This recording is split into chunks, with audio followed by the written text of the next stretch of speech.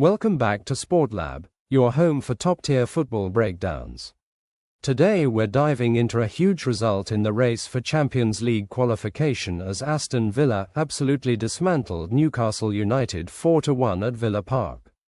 From Watkins' early opener to Onana's thunderbolt, this one had it all. Let's get into it.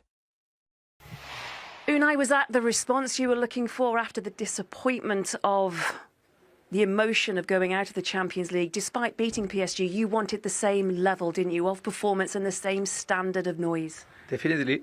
We were focusing this match like something very, very important, because they are our opponent now to be in Europe and to fight for Champions League position.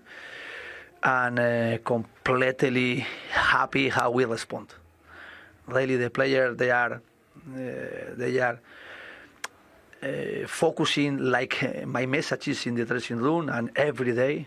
Now we can't waste time. Now we are in our best moment. Today was the match we played with every player available.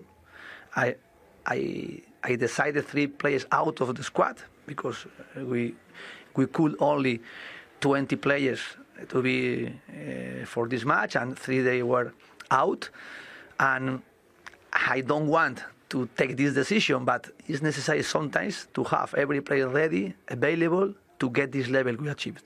Because we played 90 minutes, really, wow. The rhythm, the game plan we did, focusing and playing completely with the good spirit and good skills and good physical work. 90 minutes getting. Ollie Watkins, after 33 seconds, I bet you couldn't have wished for a better start for him. And on another day, he could have had a couple of more goals as well. Yes, he played fantastic. And last week, he helped us as well 30 minutes in Southampton, scoring penalty.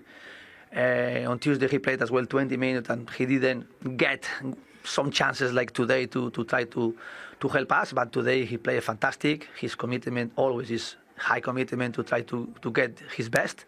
And this is the competitive way I want, and we need to be in the level we show it today.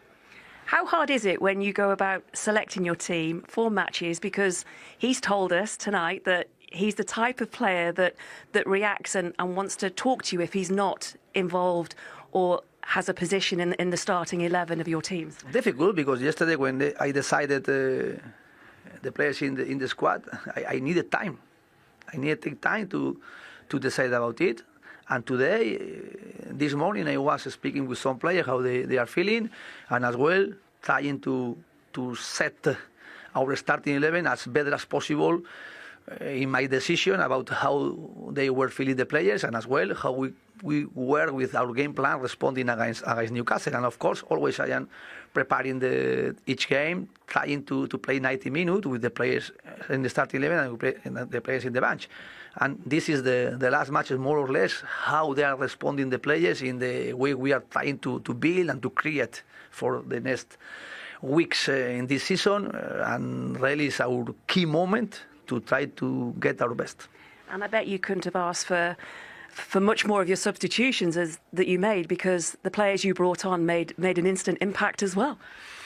Yes, very good impact. Very good impact. And of course, this is the really competitive way we are building here, playing a lot of matches. We are going to play this year 56, 57 matches, or 58. And of course, after with the national team, and to perform, being consistent all the season is necessary to try to be in the commitment we are trying to get in our standards every day, and as well accepting and respecting every decision we are taking, and the minute they are playing, trying to get their best.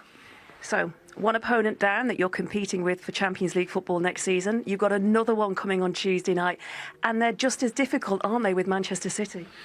Yes, Manchester City, of course, they are performing fantastic the last matches. Today they won as well. They are not being consistent like they were before, because they were contender to win again the trophy in Premier League. But of course they are still being contender to be in the top 5. We are behind them 1 or 2 points, I don't know exactly. But we are going to face them on Tuesday. It's again our challenge. And after we won today, of course, we are feeling strong and feeling as well comfortable, feeling confidence, but that is going to be very difficult. But this is the challenge we want, and to play against the better team. We played against PSG in Champions League, yes, but we are playing today against Newcastle, on Tuesday against Manchester City, and they are teams in this level. And of course, how we are responding in this level is my really challenges to get it and to be close of those teams. Recover well. I'll see you on Tuesday. Thank you. Thank you. Juliet on her way to the Etihad on Tuesday night, and our cameras will be there as well. 1 down, 5 to go. Manchester City next. City who've won today. Again, they'll be in good frame of mind, having beaten Everton by 2-0 at Goodison. Just want to revisit the Ollie Watkins conversation. You heard from Unai Emery talking about how difficult it was to select his starting lineup over these last couple of big games to try and maximise that performance. But where I mean, we got a pretty good clue of Ollie Watkins and where his state of mind will be at. Is there a danger that you can lose a player when you leave him out of a game of such magnitude and you prefer instead a guy who's, at the moment, who's here on loan in Marcus Rashford? That's the dilemma. That's the decision he had to make. That's why I was so surprised when he did it, because you've got a player that's on a long contract. Because if Marcus Rashford doesn't end up signing, and then you've had that situation with Ollie Watkins, it can be really difficult. And it's obviously, it's a wound that's going to take a while to heal. If he wasn't the type of character, I don't know him well enough, but when I hear him talk and what he does on a match day, that were to maybe decide, I'm going to switch off, I don't want to be here anymore, you might have a problem. I just don't see it with him. But it was a risky one. And what Ollie said was, well, you know, he left me out, but we didn't win the tie. So what he was almost saying, well, really, was it worth doing that just to, you know, to upset a couple of players? But that's what the management is. You can't keep everybody happy. You've got huge squads nowadays, and Unai Emery has decided to go with a slightly different profile to what Ollie Watkins has in Marcus Rashford, who has been fantastic as well. He's been in great form, but really, I think today we found our answer that it won't be. He's almost let off steam there enough to make us believe that it will die, it will go down, it will fall down. But I just feel you can see how upset he was. Would a footballer, Matt, of his level, 29 years old, not at this stage of his career, want to be someone where he almost has that comfort of playing every week? Yeah, I don't think you can ever be comfortable. As a player, you have to perform at the highest level. I think his frustration will be that he's the top goal scorer. The club have brought in Marcus Rashford for competition, and that's what's been created. I'm sure when the manager signed Marcus Rashford, he would have known that there's going to be a dilemma at some stage in the run-in. But as he's just said there in his interview, they've got so many games. They've got high-level games that they're going to need Rashford and Watkins at their absolute best. And the manager, for me, has played it to a T today, because he's got Ollie Watkins at full tilt. But if he did leave, do you think there would be plenty of options for him? If he decided he didn't want to be at Aston Villa anymore? I think what he's done in his career is pathway from the lower leagues. You can see now he's not stopped. He's still really ambitious. He wants to play every week. He wants to score goals. He's hungry. He's unique, in my opinion, in the Premier League. There's not many strikers like him anymore that run the channel like he does. I think he's a real threat, and I'm sure there'll be many takers. There will be a rift between them right now, and I'm sure that every time they walk around that training ground, there's not that normal, happy-go-lucky relationship between the manager and player. But I've seen it happen a lot, and it can change. And I think it's up to, you know, the manager and the player just to go, OK, that's done now. Let's just get on with it. We've got a common thing. We want to get into the Champions League again. We want to have those big nights. But Ollie did something tonight that was very special. He showed that you just got to have a great attitude when we suffer a bit of adversity, and that's what I enjoyed about his performance. And he's still driven on by getting this individual record for Aston Villa's to become Aston Villa's top Premier League scorer as well, isn't he? So he'll be hungry, that is for sure. Now, let's see if we can sort this out. And we have Arsenal and Liverpool as the top two, not in that order. Newcastle in third right now. City in fourth. Forest holding on for the moment in fifth. They have Monday Night Football at Spurs. Chelsea play tomorrow at Fulham, and Chelsea in a really bad way. Despite this setback, Matt, how do you see it for Newcastle over the next few weeks? Knowing what I know of the group, this group is full of resilience, and I'm sure that they'll bounce back from this result. I think, if anything, it will give them a little moment to take a step back after some unbelievable form over the past weeks, and they'll go into those games there with real intent to win. I think they probably need to win 2 games. I think Newcastle will be fine, in my opinion. I think Man City and Villa, for me. Man City, look at the fixtures. After that Aston Villa game, and don't forget Man City have got the FA Cup semi-final on Sunday or Saturday, David, I'm not sure. Yeah, the weekend. The weekend. And look at those other fixtures, Wolves, Southampton, Bournemouth at home, Fulham. They're not bad fixtures.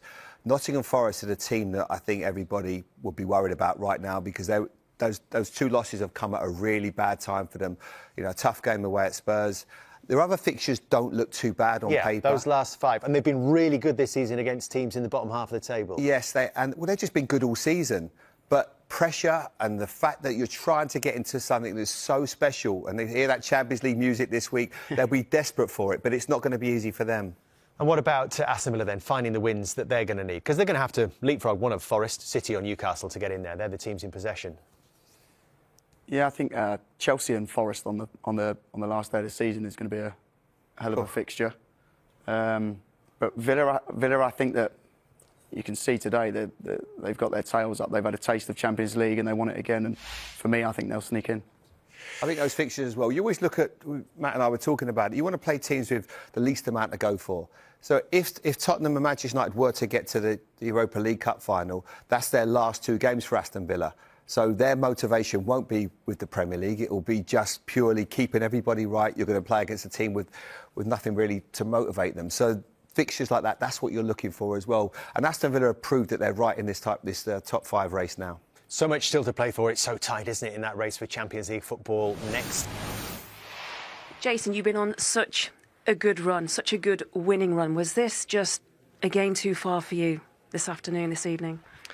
I think so. I think when we probably analyse it back again, certainly the second half maybe was probably a step too far for the same group of players. We've had 3 games in 6 days, and you're coming here to Villa Park, and you're going to face a top Villa side, and their record is what it is here for a reason. But I felt we did okay first half, and then second half, probably around about 60 minutes maybe, it was one step too far. Yeah, it was around that hour mark, 64, that they went and scored the second goal, and it seems you were very much caught cold on that moment. Yeah, from our point of view, we wasn't happy with the goals we conceded, so we'll review that and reflect on them and put that right on the training ground. But we can't fault the players' attitude and effort throughout the season, and even again today. We've got ourselves in a fantastic position. We're 3rd in the Premier League. We can't lose sight of that. We've got 5 cup finals now remaining, and we need to make sure that we prepare, we refresh, and we go and deliver the level of performances that we've seen time and time again, starting at Ipswich at St James's Park. Yeah, you have that week to go before that game against Ipswich, back at your place. When you use that word analyse, were there just a lot of mistakes, a lot of individual errors that you need to look at? And when you talk about the team being unbeaten and unchanged, did it kick in a little bit? Not that you're looking for excuses, but can that sort of kick in tiredness a little bit because you've been unchanged?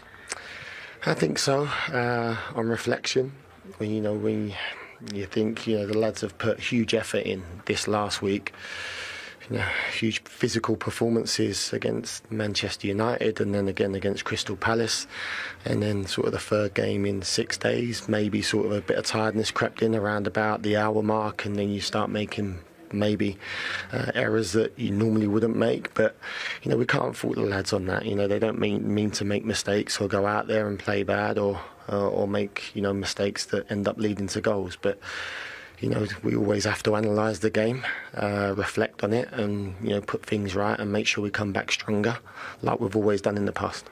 And you talk about the 3 games in 6 days, and it's your 3rd game in 6 days as well. And that's obviously because Eddie's absent in his recovery. What is now the situation with him?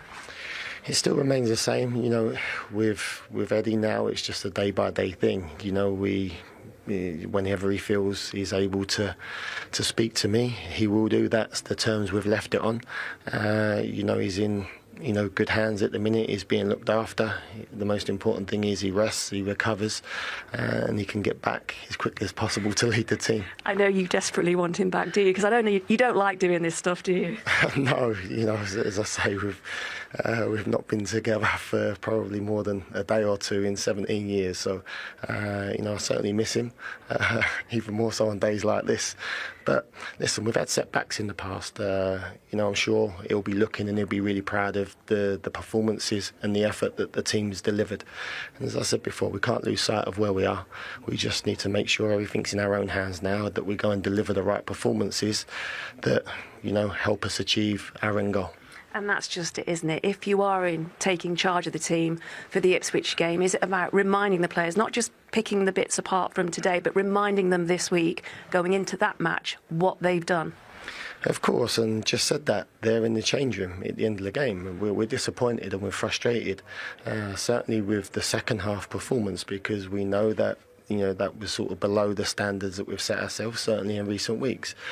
But we have to sort of also understand that it was the third game in 6 days, and physically maybe it was just a step too far, and his sort of temporary manager and coaches in charge at the minute, you analyse that, and but now we go week to week so we can refresh and get some good work on the training ground to make sure we go and deliver the level of performances we know we can and we have done consistently to win games to get us into the Champions League. Go well this week, and thank you. Thanks very much. Thank you. See you, Jay. I'm with Watkins in that channel, as we spoke about. Yeah, and Tonali doesn't really want to go in that side either.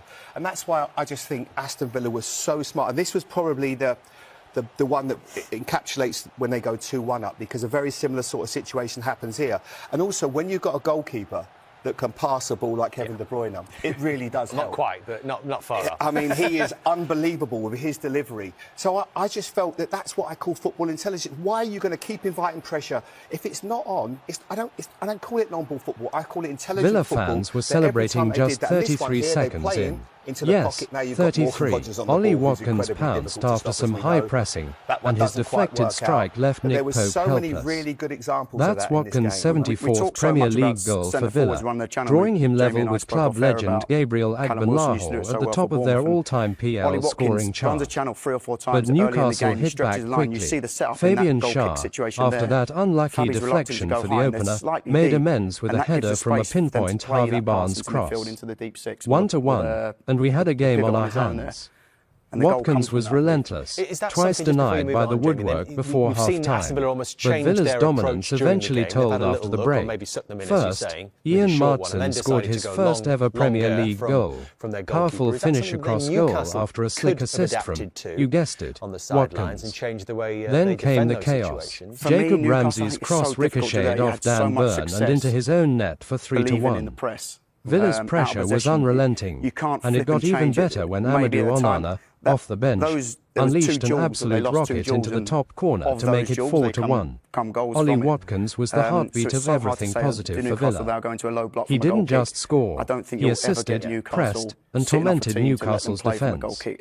This was a performance of a top-tier forward, right when Villa needed him most. And what about Unai Emery's tactical masterclass? Villa's subs, Onana, Malin, Rashford, Barkley and Ramsey, added energy and control. This team is deep, and they now sit 6th in the Premier League, just 2 points off Newcastle in 3rd. Meanwhile, Newcastle's 5-game winning streak is over, and this was a real reality check. They looked leggy, outpaced and overwhelmed. Maybe that 5-0 midweek demolition of Palace took more out of them than we thought. Villa, 5 straight PL wins. Watkins, 74 Peter Litres goals, joint club record. Onana, first place goal for Villa. Newcastle, 4 goals conceded after 3 clean sheets. And So, if Trips does Aston go in there, Villa lay he down hits a it even serious bigger marker in the here. And Champions if League Trips doesn't race. go, he plays to And with a trip to the Man pocket City man. up And next, straight away, the momentum Asensio is going real. that way because he Can knows they that I'm keep this gonna run then take away going? Tonali, And is because that's gonna Newcastle create slipping even just more at the space wrong for one of the time? most dangerous Drop your players thoughts in the Premier League comments. at the moment. And if you love And this that ball then breakdown, falls into hit him. that like That button, Trippier is subscribe, too late. That and ball ring the into bell so Asensio, you never miss a and now moment again. in the Premier and this League is developed drama. here. I'm going to just This take is that back. SportLab. As I mentioned, the duel Thanks for between these watching, two, which was and we'll fascinating catch you all in the game, next Cher and one. Watkins. Cher's been booked in the first half, so he doesn't want to get tight. Normally, he's a very aggressive defender. Is that fair to say? Yeah, that he would have probably gone tight to his feet. Man for man, yeah. Jacob Murphy and Maatsen. Jacob has got to do better. He's been wonderful this season, but I think he just gets a little bit caught on his heels. He doesn't follow the overlap quick enough. It's a really good piece of play. A lovely, lovely finish to make it 2-1 for his team. And I just think that was such great football, intelligent football, and they've earned that right in the first half with the style of football they played. He sniffs it so early there. You can see, Maatsen sniffs. You can see he sees the space and he's on the move before anyone. Yeah. He knows what's coming. It's a great run. Great football as well, isn't it? That'll be something they work on every single day in training. Here's another player, by the way, who didn't play against PSG, who was desperate for his chance. Well, Ollie told us he had the ump as well. He has a few of us, yeah. A few of us. He's thrown his mates under the bus. Just imagine them on that side of the dressing room. Exactly. Snarling and muttering under their breath. I'll tell you what, it doesn't matter. That's football. Then they make the substitutions as well. Yes. And you were thinking, would they get Marcus Rashford involved in the game? But then it goes 2-1, and it felt like they were actually substitutions to shore it up that Aston Villa made. But actually what happens is they go and score again. Well, what they did, Matt and I were talking about this, that they've got so many great dribblers, like decisive players. You bring on Jacob Ramsey, who is such a good dribbler. He's very much like Morgan Rogers, and when he picks the ball up, he's so powerful with it, and he makes good decisions. He's found himself in this left-hand side position. When we saw that so often, didn't we, with Ollie Watkins? He just had so much space all game. They play the ball into him. He then turns, he's got too much space, and then Ramsey, who is... What did you describe this, because that's exactly what he's perfect. He's just so direct as a fullback. You don't want that at that stage of the game as a fullback. You want him to play back, and fresh legs, comes on the pitch straight at Trips, fixes the defender, and really nice ball across the face of the goal. What happens to Dan Burn here then? I think he's unlucky. It comes through so many bodies. Bernie's trying to get in to make the block, probably more than anything, and the striker misses it, and Bernie's really unlucky. Yeah, not much you could do about that one. Youri Tielemans getting in the box. He's normally your defensive midfield player. The fluidity of the Aston Villa side was exceptional today. They had movement, they had people that were aggressive, wanted to score goals, and he epitomised that. Including Onana off the bench. Yeah, he had the ump as well, I reckon. No, he's all right. He got a game the other night, so he's delighted. But when you bring on players, that pass, I think it was. Am I picking on him a bit today? I don't mean to. I'm sorry, because he's been brilliant this season. But he tries to play one into the front man. It gets caught out, and again, Tielemans. Like normally, I'm thinking, go on and shoot. He doesn't. But once that ball gets played into Morgan Rogers, just watch this close control here. Look, he takes it round Livramento. Actually, a brilliant save. Fantastic save. But again, they come alive. Morgan Rogers just lays it back, and a wonderful finish into the top corner of the net from Onana. Rogers was special today. Some moments, real close control in the middle of the pitch. Fantastic performance. You know, we talk about energy and playing 3 games in a week. Every time he's in the team, Morgan Rogers. In fact, Youri Tielemans is the only outfield player to have started more Premier League games than Morgan Rogers this season. That just tells you something about the manager's trust, doesn't it? Yeah, he's young. He obviously looks after himself. I'm sure he's an elite professional, as you have to be at this level. And when you've got the manager's trust, that's such a confidence boost for any player. I'm sure that nowadays we're so lucky that all the data that sports science can give you. He just must have such great capacity to run, be fit, and they don't fear that he's going to pick up any injuries. He's incredibly young, but he's a difference maker when he gets on the ball. And I actually think for Aston Villa fans that you want to see him playing, because when you turn up, you pay big money to watch Premier League football. You want to see the best players playing. So they're very fortunate. He's one of the best players in the Premier League right now. What an exciting night it has been for Aston Villa after the fight for Europe this time round, and it was great to see Ollie Watkins smiling, and here he is waiting to talk to us. Congratulations, Ollie, on a brilliant performance. You were smiling at the end. It looked like you were snarling at the start of the game, but you came out of the blocks like Usain Bolt. What was going through your mind? Yeah, I think obviously being out the team, no one's happy to sit on the bench when you're a professional player, and you always want to play in the starting lineup. Obviously, I found myself out the team for a few games, so today I was raring to go, and I wasn't going to let that opportunity slip. Being in the starting 11 again. So give us an idea of what your mentality actually was then going into the game. Well, we knew that Newcastle were going to go man for man, and for me personally, I like it when teams do that because obviously you're 1v1, so you're going to have a lot of duels, and then it's focusing on beating the defender you're up against, and then going from there. And I think I got the better of Shah today and gave him a tough time.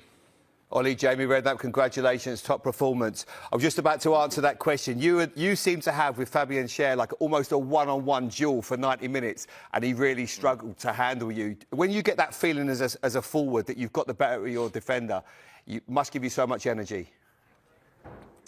Yeah, I think I've played against him quite a few times, and he's an unbelievable defender. He could have got the better of me today, and that's football. That's the way it works. But today was my day, and yeah, 1v1 at the back. Obviously, they had a lot of success previously, and obviously this season, jumping and going man for man and winning the ball back. We saw them doing it against Palace, and they scored 5 goals. So we didn't underestimate that, and the manager, told us that it was going to be difficult today. But if we won our duels, then it was all about me getting hold of the ball really and trying to bring people into play. And we knew we'd create chances, and it's nice to see that we put 4 past them. You seem to get a lot of success down that left-hand side as well, and that's where your goal came from. Just talk us through it. Yeah, obviously I've tried to play a 1-2 with Guinea, and Tonali's got back in, but he's then, I think, playing me onside because he was trying to clear the ball, I think. So it's not the cleanest of strikes, but sometimes the wobbly ones go in, and obviously a good start. Just check it's going on target, Ollie. VAR, no, it definitely is. Definitely is. Definitely. VAR said yes. You're okay on it, Ollie. Yeah, definitely is. You're getting it from us, mate. Don't worry. Thank you. And you could have had a hat trick as well. Very unfortunate. Hit the crossbar, inside the crossbar, and then obviously the post with the header as well. You looked in great form today. Yeah, I think it's unfortunate. I couldn't really do much more with this. I've tried to go high here. Great strike. And yeah, sometimes you see that hit the underside of the bar and bounce in, but and then obviously the header as well, just come off the post. But yeah, it didn't faze me. It was if anything spurring me on because I knew I was getting a lot of opportunities, and I believed that I was going to get a second or maybe a third. That didn't come, but I'm glad I could help the team to win here today. Do you feel now that, obviously at half-time the game was very much in balance at 1-1, but your team has blown Newcastle away in the second half. Do you feel now that there are so many options within your squad, high-quality options that can take a game away from the opposition? Yeah, I think since I've been at Villa, and a lot of Villa fans would say it's the best squad that we've had since we've been here. Obviously, the 2 or 3, 4 signings we made in January, players like Rashford and Asensio coming in, the quality is, it means players like myself and other players are going to have to drop to the bench, and there's going to be a lot of rotation. So I think the manager's got a little bit of a headache because I'm banging on his door saying why am I not playing. But yeah, I think it's a nice option for him. Are you one of those, Ollie? Because I like that one. You got to ask the come on, Gaffer, why am I not playing? Are you one of those types of players? Yeah, exactly. Look, Champions League, we've put in a lot of hard graft the last few years to get to that position. And obviously I played 20 minutes against PSG in both games. So, yeah, I'm not going to lie, I was fuming, I weren't playing. And I let him know that. But look, he's the manager at the end of the day, and you've got to respect his decision. So, but I'm not one of these players that's happy to sit on the bench. But that must... Just tell us a little bit more about that, Ollie, because that must be so tough. When you've been at this club, you've helped them get to this incredible position in the Champions League, and then to find yourself not in the starting lineup for those key matches. Tell us what that's actually like. Yeah, I think it's something I haven't experienced before, and then obviously to miss out on the biggest stage, you always want to be playing, especially in the Champions League. So, yeah, I think me and a few others were disappointed that we didn't start the game. But like I said, it's the manager's decision. We did end up beating them, but obviously not across both legs. The team played really well, but I wanted to be out on the pitch much longer. I wanted to be starting in the important games because, like I said, I've played a big part to get to where we are today, and I want to be playing in them games. But can you use that anger and that hunger to help Aston Villa get back there and have another crack at it with another top 5 finish? Yeah, I think against Southampton, I came off the bench. Like I said, I was angry I wasn't playing, and I scored. And I think you've got to use that as motivation rather than let it hinder you. You've got to use it as motivation, use that anger, and kind of let it spur you on to to prove the manager different. Yeah. So I think we're doing unbelievable now. We've got a great home run, and we just need to keep winning these games. We got City away on Tuesday, very tough, and go for there. We've got to win all the games in front of us and aim for that Champions League spot. Ollie, great performance again tonight, and Gabriel Agbonlahor, I believe, is breathing a sigh of relief because he's still up there with you. You couldn't quite see him off tonight. No. I'm disappointed he's still going to be on TalkSport giving it the big one. But, I think 5 games to go. It'd be nice to do that. I'd set my eyes on that target, since when I signed for the club, and not far away now. So, it's nice to be up there with obviously the top players that have played for this club, and I'm looking forward to when I break the record.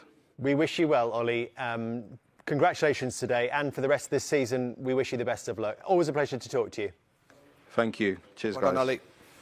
Ollie Watkins. I mean, how tough is that actually to do that when you've obviously got a lot going on in your head to come out? Villa fans were celebrating just 33 seconds in.